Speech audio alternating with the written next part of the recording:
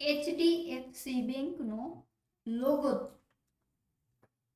બનાવવા માટે સૌથી પહેલા આપણે લેશું રેક્ટેંગલ શેપ, ત્યારબાદ બ્લુ કલર લેશું, અહીંયાથી સોલિડ ફિલ્ડ લેશું અને બીજો કલર પણ આપણે બ્લુ લેશું.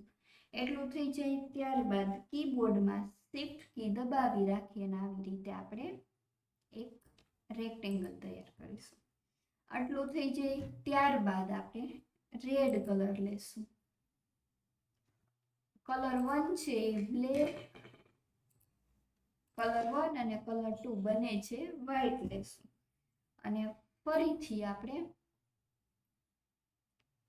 એક રેડ કલરનું કલર 1 અને કલર 2 છે રેડ કલર લઈ અને આપણે એક રેક્ટેંગલ દોરી લેશું. શિફ્ટ કી દબાવી રાખવાની એટલે રેક્ટેંગલ છે એકદમ સીધું થશે. ત્યારબાદ કલર 1 છે બ્લેક વ્હાઈટ લેશું, કલર 2 છે તે પણ વ્હાઈટ લેશું અને ફરીથી એની અંદર એક રેક્ટેંગલ દોરી લેશું વ્હાઈટ કલરથી આવી રીતે. આટલું થઈ જાય ત્યારબાદ ફરીથી આપણે બ્લુ કલર લેશું. બ્લુ કલર છે એ કેવો લેશું? એકદમ ઘાટો કલર લેશું. ત્યારબાદ આપણે એને દોરી લેશું.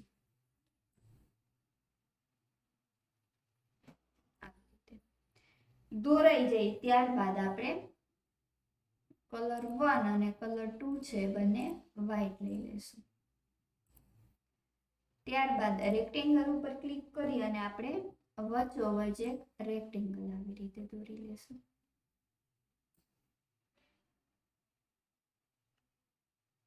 એવી રેક્ટેંગલ દોરી લીધું એવી જ રીતે અહીંયા બીજું રેક્ટેંગલ દોરી લેશું.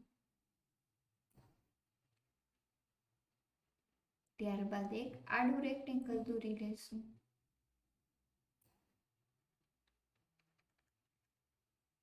અને અહીંયા પણ એક રેક્ટેંગલ દોરી લેશું.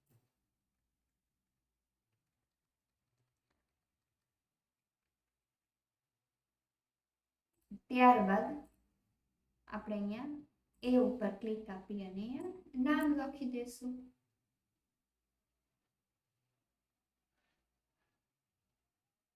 કલર 2 છે એ બ્લુ કલર લઈ લઈએ અને અહીંયા લખશું HDFC બેંક. HDFC bank.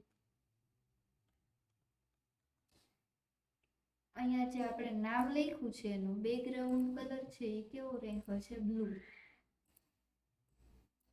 અત્યારે વ્હાઈટ કલરનું નામ છે દેખાતું નથી એટલે આપણે બ્લુ કલર.